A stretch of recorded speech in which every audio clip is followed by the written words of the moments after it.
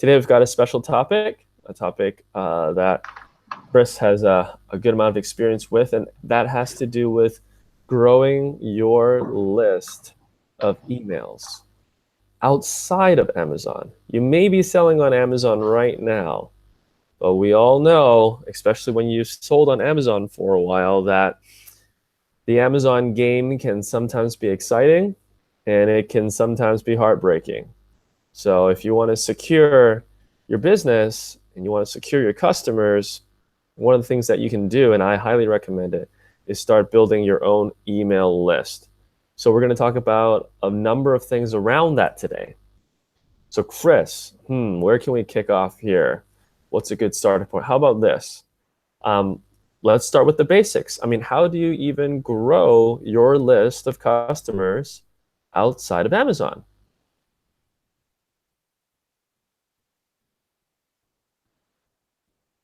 Chris, you are on mute. Let's just pretend that I was miming. Yeah, I totally agree with everything you said. And the reason that I like to talk about this is because it made a really big difference for my own brand. And I think once I started doing it, I didn't realize until I started utilizing and growing a list how valuable it really was. So it ended up being really important because it's the people that you're selling to. You end up, instead of like having a product that you're selling, having an ideal customer persona that you can now sell anything to. And it's just a huge flip. It goes from, this could be like the thing that turns something from like a cash flow vehicle to like an actual business, because you now own the customer ecosystem and you can do anything with that. And you can get so creative. I've had a ton of fun figuring out different ways to utilize this list. But yeah, if you want to jump right in, let's jump right in and start with the how. So it's tough to know where to start, especially when your main channel is Amazon, which I know a lot of people who are viewing this live and who are going to be watching the replay are probably in that situation where they're selling on Amazon, but of course, Amazon doesn't give you any of the customer data. So you're kind of stuck with no ability to own your own customer ecosystem. So where do you start? Like you have to start somewhere. Well, there's a couple easy things for somebody in that position to start doing. Some of them are very easy, but kind of take a long time to kick in. Some of them are a little more difficult, but if you do it right, you can get a ton of email addresses really fast. So I'll just start with the easy ones and then build up to the more masterclass techniques. So the most simple thing that you can do, if you can figure out how to do it compliantly, is have something in your packaging that inspires people to add themselves to your list. And this sits in a gray area of Amazon's terms of service. So you have to figure out a way to do it compliantly. So one of the ways is like if they have to register their warranty, you can direct them to your site to a specific URL to register their warranty, and then they can click to add themselves to your list to hear more about your brand. Or if you're, depending on your risk tolerance, you can do this any number of ways. But all of the sellers that I know that use this technique have some kind of separate insert that's inside their packaging. Maybe it's on the bottom of the bottle cap, or maybe it's like a little slip that's like underneath the main packaging. And it directs them to a URL, and a certain portion of people are going to go to that URL, input their email address, and then boom, they're your customers forever. The thing is, with this technique, you're going to get somewhere around 4% people adding themselves to your list. So every 100 units you sell, you'll get 4 email addresses. So that's not huge, but over time it builds up. And the other thing is you implement it once and then it just keeps growing forever, which is a cool thing. You just talk to your suppliers and be like, add this to all my products, for each marketplace. And then once you tell your supplier that once, from then on, forever, you're just constantly growing that day over day. So that's something that I do. That's something that a lot of successful sellers that I know do. And I do know sellers that are getting up to a 10% response rate on that. So 1 out of 10 people adding themselves to a list. It just depends on how creative you get with that. But that's a super easy thing that you can implement right away, and it starts working immediately, and it takes no work once you implement it. You just forget you ever did it, and then from then on, for the rest of the life of your brand, your list just grows by itself. So I think that's pretty cool. Once I implemented that, I was pretty excited to just check MailChimp every day and find that my list was just growing by itself.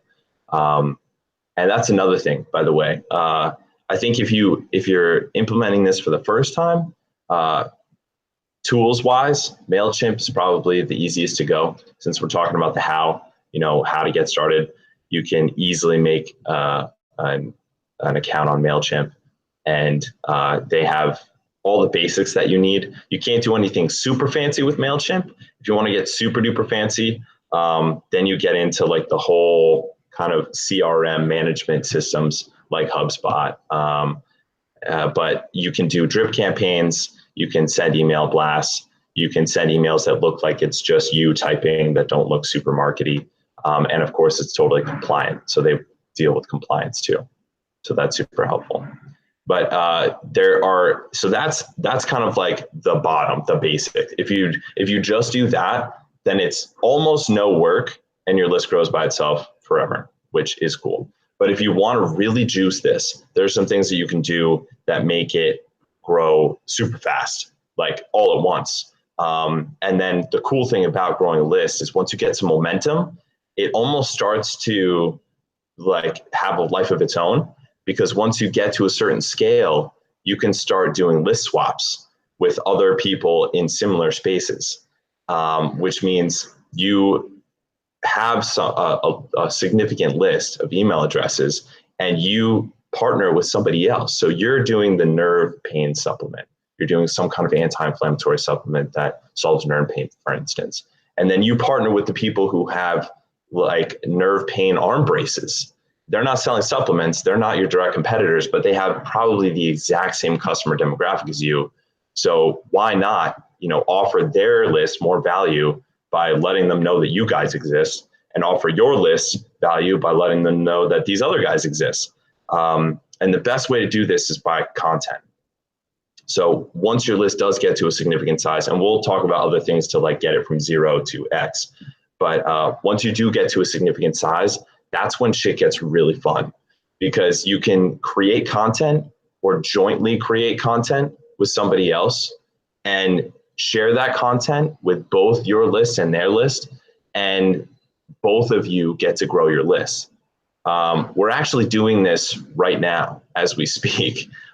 This webinar is content, and Nemo and myself are both sharing it with our own list and both growing our own list. And so this works, and this is when shit gets really exciting. So once you actually build it from 0 to X, going from X to Y is much easier, because once you have a list, that gives you this asset that you can use to make it grow itself, sort of. And don't worry, you don't have to put on webinars, although it's not as much work as you think, I'd assume. But a really easy way to go about it is to just create a piece, like a white paper, basically, which is just a blog post with a table of contents. So you create, if you're back to the nerve pain supplement thing, if you have a nerve pain supplement, your customer demographic is people with nerve pain, then the most obvious thing that I would think of is the 10 best ways to reduce nerve pain. And you just make it into a white paper, have a little table of contents, create a landing page really easily using lead pages or Unbounce, and then shoot that out to both your list and their list. You can jointly create it, or you can create it, and then everybody that signs up, you both get to add those people to your list. So that's kind of a masterclass technique for growing the list.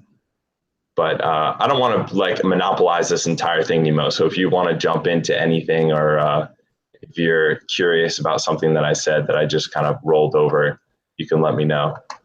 Well, I'm curious what you, for example, think of one of the services out there that allows you to integrate your Amazon account. Then it'll take a look at your customers who've purchased your product before.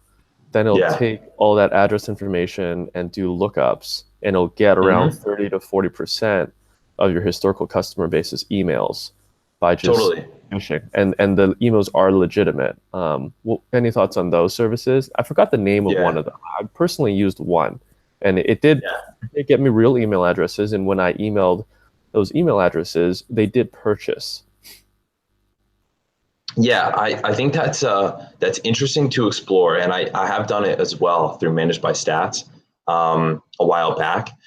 The only thing, the reason that I stopped using that is because it's not compliant technically, because the people didn't opt in to get your emails. So then I had to treat them separately, and like the ones that opted in, I could send them the marketing emails because they had opted in, and then these, ones that I just kind of sourced through a strategy like that, you have to send them like personal email, and it can't be like on your marketing list, or it at least has to look like it's a personal email. So I just stopped doing that because I felt like it wasn't a sustainable way to grow a list, because eventually I felt that it would come and bite me in the ass. But I don't know. Maybe you have a different experience with that. I'd like to hear your take. But what I did do with that info is plug it into Facebook and use it as a retargeting mechanism. So that has been super helpful. Just using that to create a lookalike audience for Facebook advertising has been really successful for us, actually. Yeah, I agree. There's some risk there for sure. So it's not for the faint of heart. Um, you could, like you said, send a personal email, which can help warm up the people, so to speak, and also get them into your actual list. Because you could write, for example, a personal invitation to stay in touch, and that way they can choose if they want to stay in touch or not. They can always say, no, I don't want to, and they can be opted out. The tools to automate some of that would be Reply. I think it's replyapp.io. Integrates with your Gmail account, allows you to send emails out that are personalized one by one to each person. You can space it out so that email servers don't sense that there's a barrage of emails coming in, which is usually an indicator of newsletter content, marketing content, but really it sends one at a time through your Gmail Mm. account or Outlook account. Um, Even if you have something different, it can integrate with that. Send one by one. The neat thing about it too is to opt out, because you could write an email that says, if you don't want to hear from me, just reply and say unsubscribe, or just reply and say, I don't want to hear from you anymore. Apparently, replyapp.io has language detection on the replies. Wow, that's cool. It is cool. Sweet. So if they write, I don't unsubscribe or I don't want this anymore, it can sense the sentiment of the statement and actually remove them from any follow-up emails. And the nice thing is to follow up emails too. Right? You can write an email that says the typical hello. You can also write an email that gets sent out as a reply to the same thread in 3 days. That reply may say something like, hi, I'm still interested in hearing from you. If you really don't want to hear from me, you can just say so. Just reply back, say, I don't want to hear from you. And that's fine. You won't hear from me. And you can write another follow-up to send 3 days later. And all the follow-ups will stop if the person actually responds to you, whether positively or negatively. It will stop resending and resending and resending. So that's really nice for warming up a very cold list. And I would argue that with Managed by Stats, if you're pulling a list of your historical customers for a certain product line, they can be fairly cold depending on how recently they purchased. Mm-hmm. Yeah. And then there's also the Amazon terms of service stuff that I'm not crystal clear on around that. And that's the thing, Amazon policies, they can change at any point, right? There could be Yeah. new hot tools that pop up, and then Amazon decides, you know what? We know that a lot of our sellers are using this tool, but we don't like it anymore. And Yeah. before you know it, that Definitely. option is gone. Or even worse, you get penalized for that option. Mm. Right. Yeah, so yeah, we're getting to some masterclass type of stuff here, like you were saying. Yeah, seriously. Help me help me and the rest of the listeners here understand once you have the list, what are some of the ways that you could utilize that list to grow your business, to grow your revenue, your sales, or maybe even do some more interesting, clever things that I haven't even mentioned? Yeah, totally. This is where it gets really fun, at least for me, because my brand is a spinal health brand, and for me, I started it because I had a spinal injury myself. So I was really able to like kind of step into the shoes of my ideal customer, and the whole idea with this is now it's less about, like I said before, selling the product and more selling to a person. And now you can kind of understand who that person is and what they need, and all of a sudden you can do all kinds of things to solve their problems and get them to work for you. So I think once you have a list of some size, and it can be small even when you start, it's pretty amazing what you can do even with a small list. But there's three main things that you can do with the list. You can sell to them, uh, you can get them to market for you, and you can get data from them. And within each of these uh, broader categories, there are limitless options. So when you think sell to them, the first thing you think is sell my own products to them. And yeah, duh, that's definitely true. You can continue to sell your products to them, your existing products, future products that you come out with. But there are other opportunities to sell to them as well. You can sell them other people's products. So once you have that list of customers and you really understand who they are and what their needs are, if we're going with this nerve pain example, for instance, you end up finding out that these are mostly older people. Maybe you find out that like a majority of them are men. You get an idea of who your customers are. It gives you a greater ability to sell other things to them. So now you can be basically an affiliate.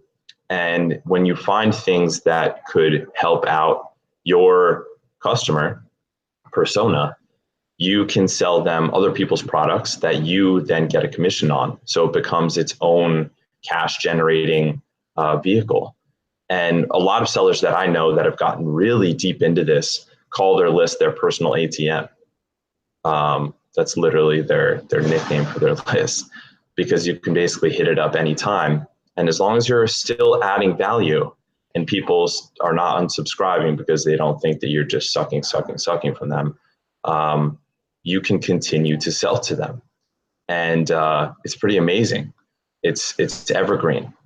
So the secret here is you really need to use the what Gary Vee calls the jab, jab, jab, punch approach, because you need to constantly be adding value to these folks and making them feel that you are adding to their lives, not subtracting from their lives. So if every email that you send is an ask, buy this, buy that, they're going to unsubscribe, or they just will stop opening your emails or stop reading them.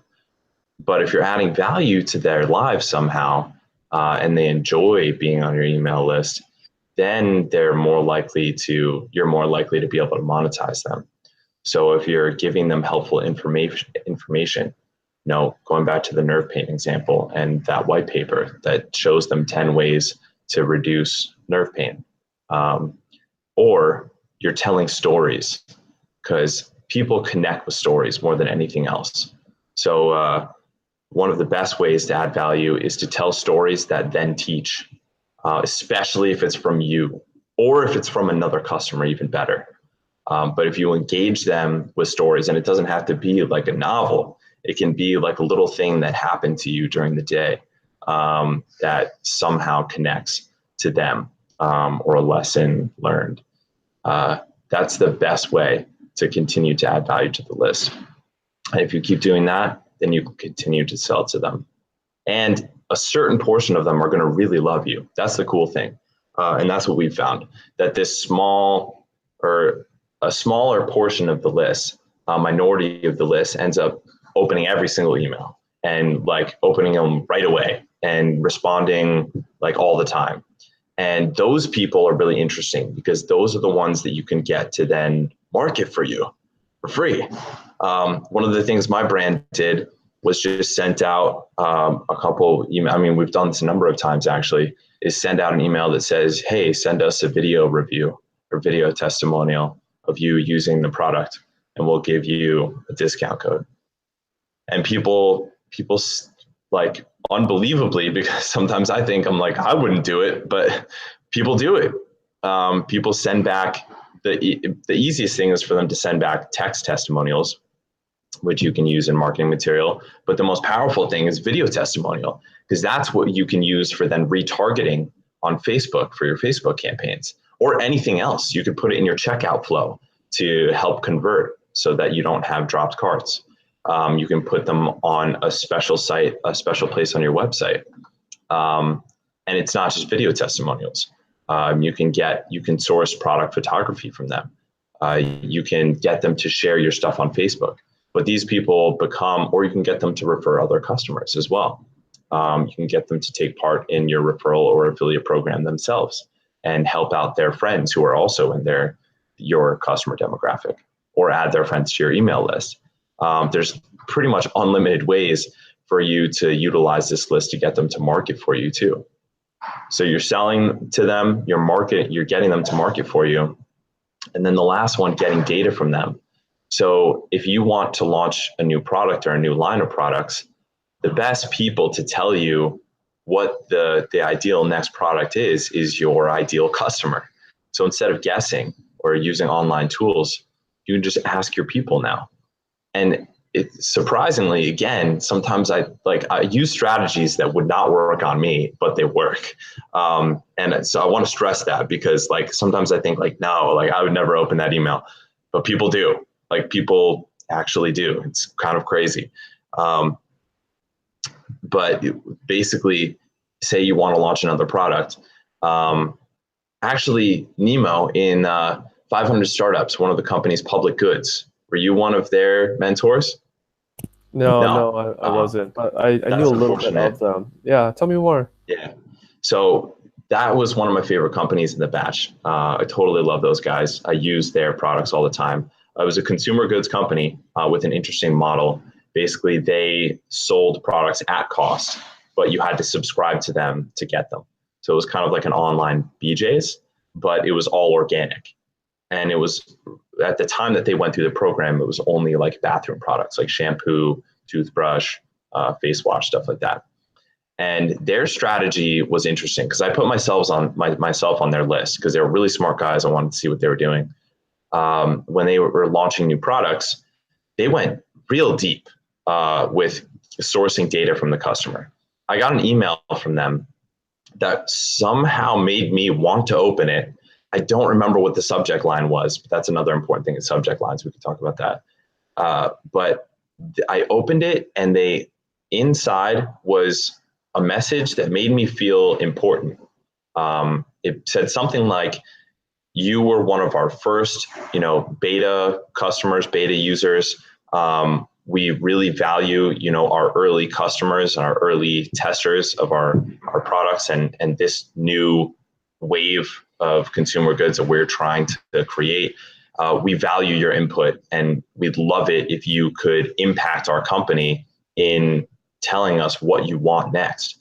And I clicked the link, and it was a survey. I believe it was a SurveyMonkey survey, or maybe it was a Google Form survey. And it asked a series of 5 questions all about the towel that they're going to release.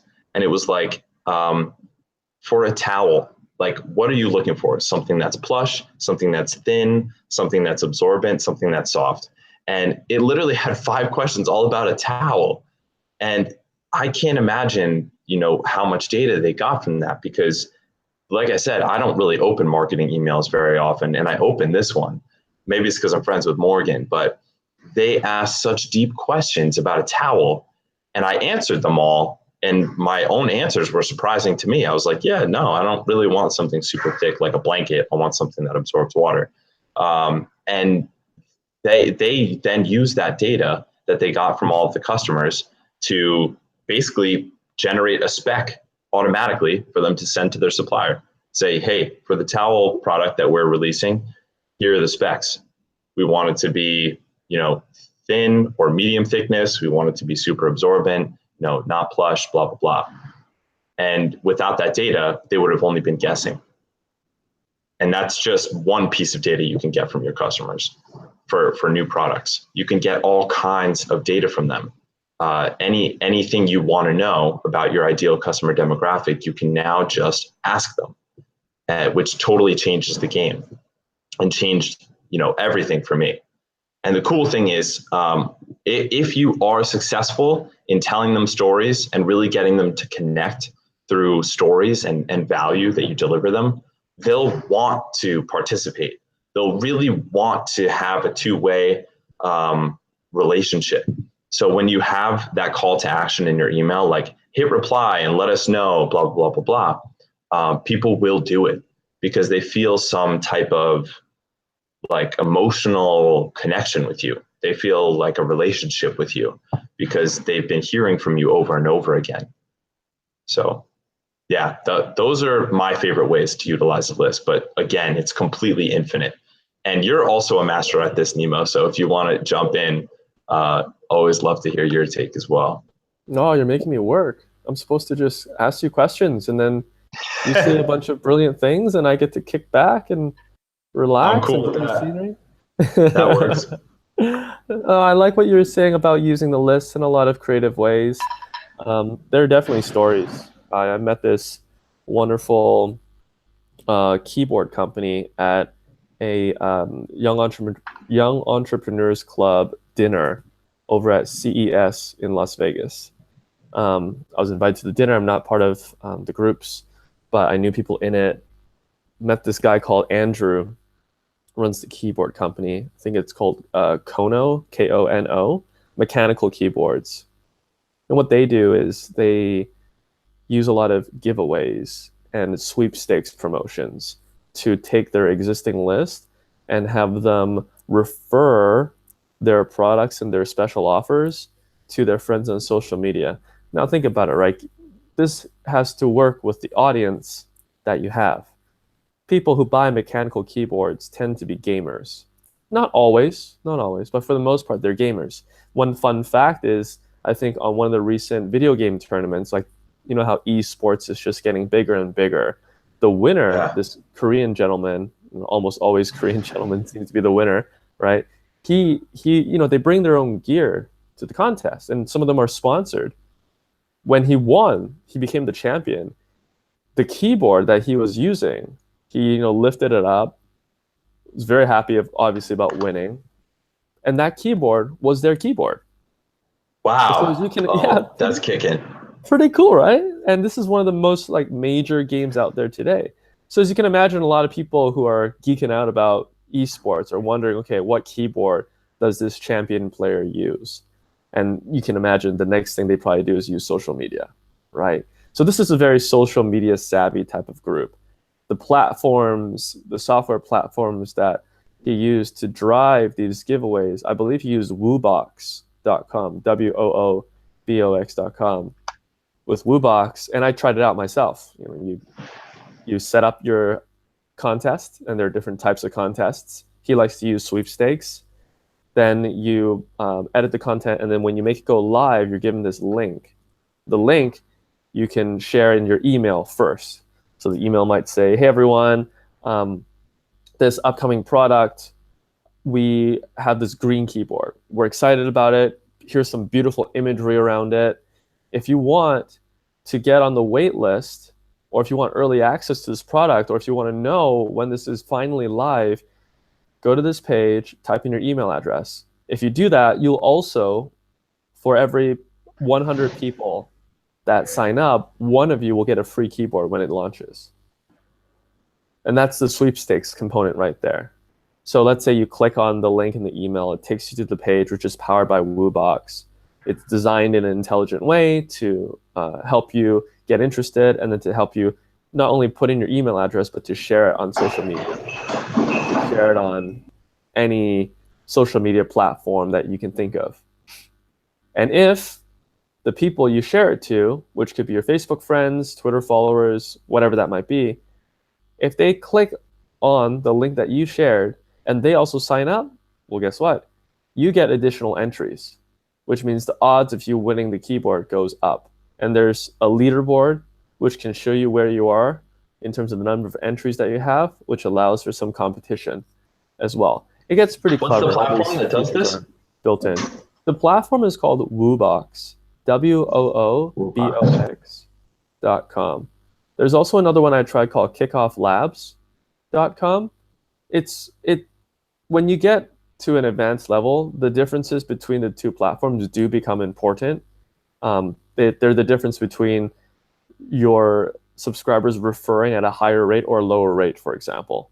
And that does matter a lot. Now we're talking about viral loops and things like that, viral coefficients. I won't get into the details there. If you're interested, just Google it, right? Because those metrics matter a lot when you're trying to run a viral contest campaign like that. But I really liked how he learned that the contest works, and he baked it into his everyday marketing activities. I mean, he would be running contests multiple times per week for multiple products constantly. And he'd have a large email list, which he segmented out into different segments. You know, some are interested in this product, some are interested in that product. So obviously, if I'm going to run a contest for Y product, I should probably send that to X list or X segment or A segment or B segment. And so he was intelligently working through. All of this was also done through MailChimp. I mean, it sounds fairly advanced, and yes, you can automate some things and use more advanced email service providers. However, he was still making do with MailChimp and getting pretty far. And the prices of MailChimp are pretty fair as well for what they offer. And it's so easy to start there too. That was a really easy place for us to start. Another way to do that sweepstakes thing that you were just talking about is through Amazon now. There's a giveaway option. They just launched, I think, a couple months ago. But we've done it successfully on Facebook. The thing is, it ended up not being really sustainable for us. It did grow the list, but it ended up being too high of a cost per email. And maybe, I haven't tweaked it the right way yet or found like that sweet spot. But I definitely want to check out Woobox because that sounds pretty cool how it lets people know that their chances of winning increase with every share. It's Woobox, right? Yeah, WOOBox.com. That's awesome. Because it did work. It does work for us, but we were just using the Amazon giveaway because it's just easy because it's right in Seller Central. You just go to promotions and then giveaway. It sets it all up for you. You can choose the odds and then you can market it any way you want. So we did that strategy, but I think the Woobox, like you said, it sounds like it has more of a potential to be kind of viral if you have the right type of audience. Because that's another thing. It's really cool if you're a gamer and you could be like, this is my keyboard of choice when I game or whatever. But like for my brand, it's a little bit different because some people don't want to share that they have back pain or posture problems or whatever. That's kind of more of a personal thing. So it takes a different approach, I think, that maybe I haven't mastered for the sweepstakes style. But that's really cool. See, I'm glad I made you work, Nemo. You came out with some gems. Yeah, when you talk to all these people, start picking up some tips as well and get to try it out. Yeah, I mean, building lists, there's always that challenge, right? Or maybe it's an argument that someone might make. Should I spend all this time learning something new, like building an email list, or should I keep doing what's already working? Even selling on Amazon, for example. I don't have my own email list, but there's sales on Amazon. Why now? Why should I do this right now? And I make the statement. There's a difference between a rented marketing channel and an owned marketing channel. Exactly. That's so true. Theoretical language here, but if you think of a channel as a repeatable way of acquiring customers, okay, just one distinct repeatable way of acquiring customers. Yes, you have Amazon and you rent Amazon, right? Every sale that you make on Amazon takes a percentage of the money. And you can also get kicked out of Amazon, right? That's why it's rented. With an email list, you own it. That is your list. If you decide to sell your business at one point, that list has value, real value. I can tell you that as someone who's purchased 3 businesses, when I see a business opportunity and that has an email list, I pay close attention to that one over another business that doesn't have an email list. Even if that other business has a website that gets all this organic traffic, meaning that, the website, just people are searching random words on Google and they'll find the website. So Google has blessed the website by ranking it well for certain search terms. Yeah. Even in Today. that situation, I am not as interested in the Google blessed site versus the business with a huge email list.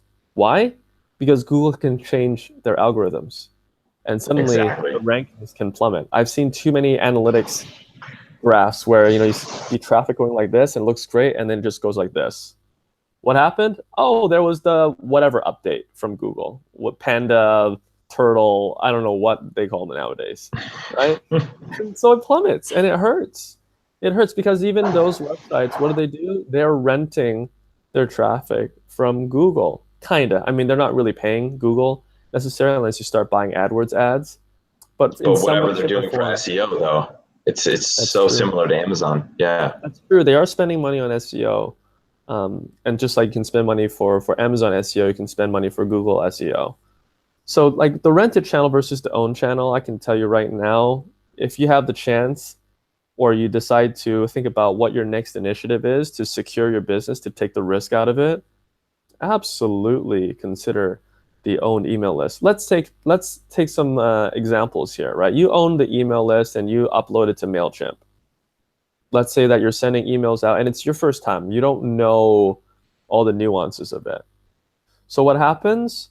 Maybe you get an absurdly high rate of unsubscribes. Maybe a whole ton of people decide to say that you're spam all of a sudden. Maybe some of them even write in a personal complaint to MailChimp if they knew that it was powered by MailChimp. Whatever. Let's say the worst possible thing happens and MailChimp decides to shut you down, right? They can. They can kick you off their email service provider and say, we don't want to serve your kind of business. It's too high risk for us, whatever.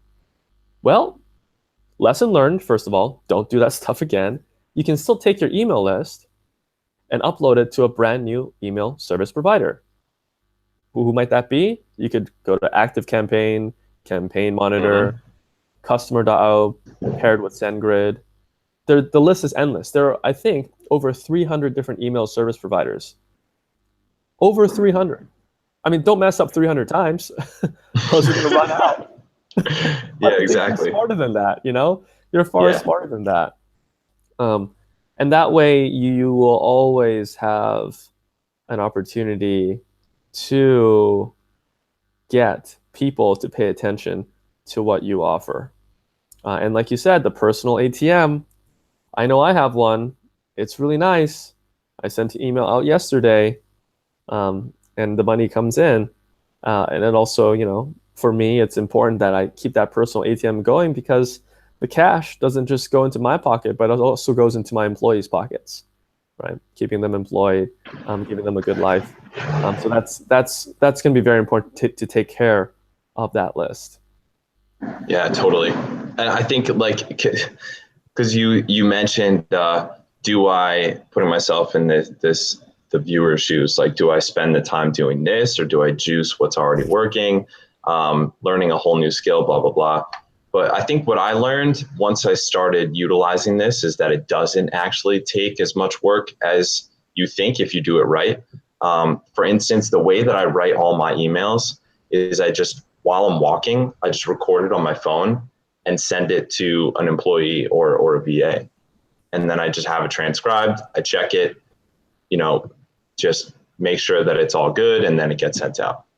And I mean, everybody's different, but I'm not the type of person who could just sit at a computer and type out a long ass email or a blog post or whatever. I'm more of a talker, or like a in-person type of person. So the idea of sitting and typing out long form content or typing out stories every day was not fun to me. But if I could just, as soon as I have an idea, be like, oh, da, da, da, da, da, da, that made it super duper easy. It's literally just WeChat messages or Voxer that just get sent out, and then boom, the email gets written and I checked and sent, and that's all there is to it. So it doesn't have to be this thing that's like a whole new job. And that's the one thing that I hear as a complaint. So to that point of like learning a whole new skill, really, if you implement just the basics, like you said, it makes your business a whole lot more valuable. And you just heard it from the source. This is somebody, Nemo, who buys businesses. How many businesses have you bought, Nemo? Just three. Three. So you bought three businesses, and right from the buyer's mouth, you just heard that having a list increased the value of the business. Absolutely. So if you're looking to exit sometime in the future, which I mean, everybody should be, then when someone's looking at your business, I mean, you put yourself in their shoes.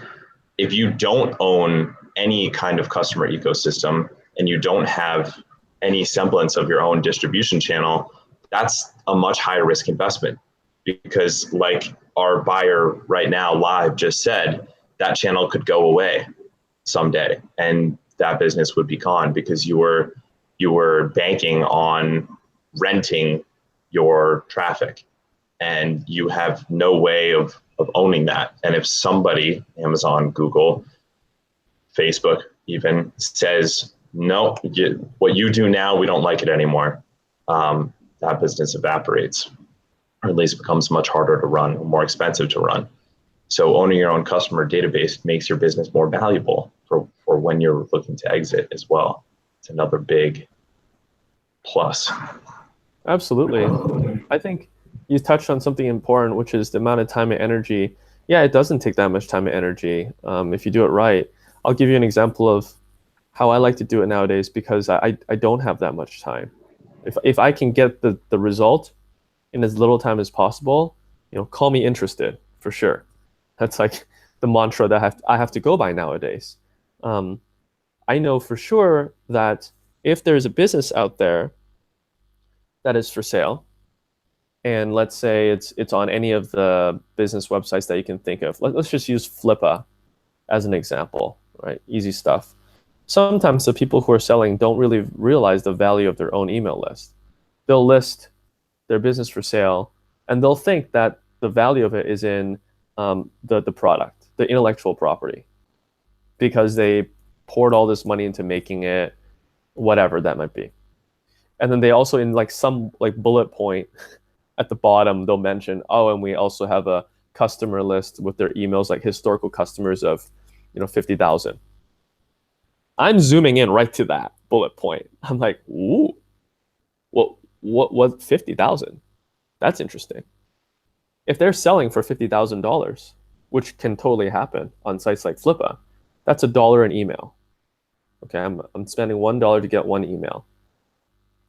If I know, for example, that my current email lists are generating profits of maybe $2 per email, and I have some idea, some hunch that this business I'm looking at has an email list with a customer demographic and a kind of buying intent, which is similar to my own list, meaning they're kind of similar people, it seems like a no-brainer to pick up that list. Because the moment I pick up that list and I offer them what I offer to my list, I should be making $2 in profit per email, and I only bought $1. I only bought each email for $1. Now, hunch is not good enough sometimes for you to deploy $50,000, or better yet, to involve a financier to give you $50,000 so you don't have to pay the cash out of pocket. Someone else pays the cash out of pocket to help you acquire the business, and then you just pay back that person from the money that you make, right, by sending these emails. So maybe there's still some risk assessment that you can do. Well, one thing you can always do is when you're doing due diligence, and due diligence is a very open-ended process. You can kind of define it. And honestly, most people, unless they're very sophisticated business people, if you tell them, I'm interested in buying your business and I want to do due diligence, they don't really know the details of what due diligence is. They just kind of trust you to investigate their business, which you should. And if you make a request such as, hey, as part of due diligence, we want to send one email out to your list, and we'll get you to approve it ahead of time, but we need to know if this list is real. they might say, yeah, sure. We never email our list anyway. Like, why would you That's email the list? awesome. Do people agree to that? Yeah, they do. Absolutely. Wow, that's a really kicking Yeah. tip. I like that a lot. When there's the prospect of an exit and they care to sell their business and they want the cash, what's sending one email to them? Now you have to respect that, right? You don't want to do something stupid and send like, "Hey, buy these blue pills for 77 cents," or, "I'm Yeah. a prince in some Middle Oh Eastern no. country, and Oh I man. really So that want was to." you? Oh yeah, sorry, yeah. If you guys are Fuck. wondering, I am that prince from some Middle Eastern country, trying to give you cash. But if you'll just give me your wire information, and we'll take care of that today. I'll make you a lot richer. But you don't do anything like that, right? You respect it. You send out an offer with a real. It should be a real offer with your product, and what you're trying to do is gauge that list and see if people there are actually going to do what you think, which is engage by opening an email, and you want to see if the open rates for that new list are roughly the same as the open rate for your list. That can differ widely, and it's not like it has to be a perfect match. But there's a rule of thumb that I like to go by, which is 10 10 10. So it's like if you have a list of 100 people, you expect 10 of them to open, you expect one of them to click through, and you would expect zero point 0.1 to buy. So I guess I used the wrong starting number. Maybe I should start with 1,000, right? 1,000 and then 100 open, 10 click, and 1 buy, right? That's just a rule of thumb. I heard it somewhere. I don't know where it came from, honestly, but it seems to be a good shortcut for assessing the quality of a list. And this is before you do all these deliverability hacks to make sure emails actually get delivered into inboxes. If you want to do that, you can go to glockapps.com, glockapps.com. Wonderful tool for testing your emails before you send them out to your full list to get a sense of deliverability. And then you look at your numbers, you look at the purchases, you look at the amount of profit that you made. Now you have a good sense of whether this new list is on par with the performance of your current list, and if it really truly is worth the amount of money that you think it's worth. Then you can go and choose to deploy with a lot more certainty the $50,000 to acquire that, for example. And now you've just built your list really, really quickly. And what's happening here is you're using money to save you time, right? The $50,000 saves you a lot of time in building the list from scratch and also waiting for the list to build over time. It's an accelerant. And for some of you who have existing businesses or are interested in investing some money to start your business, maybe that could be one of your smartest investments starting out, is really getting the email list, because with the list, provide that's quality, and I just showed you how you could test for quality, you would be getting customers right away. Plus, like you said, if you can quantify what that's worth to you, then you can get a financer to finance that purchase. And Right. if you know that it'll pay off over time, then that's just a decision you make without upfront cash that pays off immediately. Yeah, that's the But hope, you have right? to quantify it. Absolutely, that's the hope, right? With taking away a lot of the hunches and assumptions and trying to get to the data to back up your hunches and assumptions. And then at that point, you can have a lot more conviction in doing what you're doing. But yeah, saving time, these different ways of building the list from scratch. I think that's the biggest holdup for a lot of people, is they don't know how to build the list from scratch. And I'm arguing to them, well, look, yes, there's plenty of ways to build from scratch. Do it all. And also, if you happen to have cash or you expect to invest some cash to start out, cash can get you a lot further quicker. And I'm not even talking about, going to the list brokers out there, because some people just sell lists and they're list brokers. There's like a whole gray market around those. I don't touch that much. But I'm not even talking about that. I'm talking about buying entire, businesses which are smaller that have lists, Yeah. maybe a customer list. And that's an interesting, the framework that you use is interesting. So as a base, you use this for every 1,000 folks or subscribers. 10%, 10%, 10%. 10% 10% opens, open, 10% click, then and out of the 10% 10% buy. open, 10% click, and out of the 10% who click, 10% buy. 10, 10, 10. And that's base of what you do without like conversion optimization and engagement and stuff like that. Yeah, for sure. Like that space. I mean, my own lists, I know I've been working a lot on the art and science of email marketing. I'm getting like 40% open rates. 5% click-through rate. It's like it's far above 10, 10, 10, right? If it's 10, 10, Awesome. 10, you're Yeah. expecting 10% open rates, 1% click-through rate, right? So with work and care of your lists over time, the numbers will tell you if you're doing a good or a bad job. Yeah. I like that as a Any other base. any other hot tips before we wrap up here? Just kind of curious if there's like a scattering of closing tips that you got from your experience doing marketing, especially with email marketing, whether it's list building, whether it's the sending of the emails, whatever that might be. Any tips for Yeah, us? well, I think the only thing that we didn't cover is the fact that, so we talked about all different ways to utilize it, but Yeah. the one thing that you should do, really have to do, as soon as you start to build the list, is have some type of drip campaign for every single subscriber that comes on board. Because if you're building this list, but none of them get engaged except for the times that you're doing these, asking for the video testimonial or sending out a story for something that happened to you that day or whatever, then people don't have context. So you really have to warm them up in some way. So it's best, what you really need to do is have some type of drip campaign, and MailChimp allows you to do this. All of the tools allow you to do this, so that every person that subscribes gets kind of inducted, not inducted. I don't know the word I'm looking for, but they get basically the brand, the idea of what it is to be part of your tribe, part of your ecosystem. And that can be a series of 4 emails, 7 emails. It could be just a couple emails per week over the course of 2 to 3 weeks.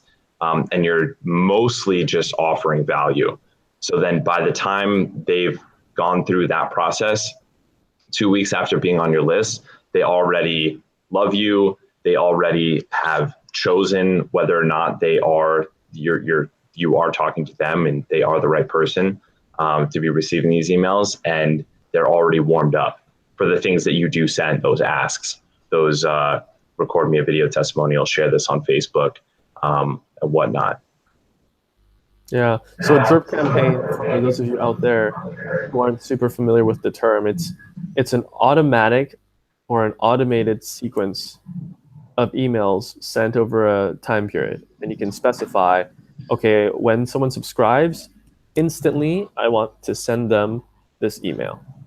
And you kind of quote unquote program that in without writing a single line of code. You just push some buttons on a website, such as MailChimp's website or whatever email service provider you use, and you specify this is the email, here's the template that I want to send the moment that Every you sign single up. time. Yeah, Yep, every single exactly. sign up will get that then. And then you can also specify, okay, 1 day later or 24 hours later, whatever hours later, I want a second email to go, and I want to say this in the subject line to say this. And that will then happen for every new subscriber, so that on the subscriber's first day of subscribing, they'll get, instantly they'll get 1 email, then a day later they'll get that second email. And so you can imagine writing a sequence, and that's where it's like a drip, the water dripping one drip at a time onto your customer, but each drip is an email. So different By the email end of that, they service providers already, use different names, like automation. Some use the word drip. But the concept is the same. yeah, and then by the time that person has gone through that sequence, they already feel that you've offered them a ton of value, that you're not just trying to take from them, and that you're really trying to help make their lives better, and that you understand them too, that you're talking to the right person. So it really warms them up for you to be able to utilize them in the ways that we just covered. So Yeah, I like it. that's I like that huge. approach. Yeah, it is huge. Yeah, it reminds me of some of the tactics. You said jab, jab, punch, and I'm reminded of the book Tribes by Seth Godin. Godin? I can never pronounce his last name right. But yeah, it talks a lot about taking care I of say these Gildan. people. Godin? Yeah. Well, this has been great. Chris, thank you so much for sharing some of your hard-earned, costly insights. I know that For a lot sure. of this comes Oh from yeah, firsthand experience. So this is from your own piggy bank. You bought all these experiences, and you're so kind to share it with us all. And we're not paying a single penny to take in and learn what you've learned. So thank you so much for joining us. totally. Yep. It's been awesome. I'd also like to add one more thing, talking about tips and hacks, is Oh yeah, that please. Judolaunch is now launching a beta version of a launch add-on that allows people that do a launch to keep a portion of the email list of the people who receive their products. So if we're talking about tips and tricks and hacks, that's one shortcut that people can use when they run launches for their products on Amazon. They can run a launch through Judo, through this beta program right now. We're testing this out to see if we want to add it, as a main service. So anyone that wants to try that, this isn't public yet. This is kind of underground. But you can email me directly to be part of the beta program and test it out first, where you run a launch, you keep a portion of the email addresses, more than half of the emails, the people that opt in. And these are people that have your product in their hands. They're literally users of your product. So it's the best kind of email address to get. They're your ideal customers and they're already your customers. So that's one shortcut that you can use when you run a launch. You just boom, get a couple hundred email addresses in a day or in a couple of days. I like it. I like it a lot. So email chris@judolaunch.com. Yep. Just email me directly and just tell me that you want to check it out. Sounds good. Thanks a lot for extending that invitation out. Keep it underground, top secret. Yep. Top secret. Exactly. Thanks so much, Chris. Appreciate your time. Thanks, Nemo.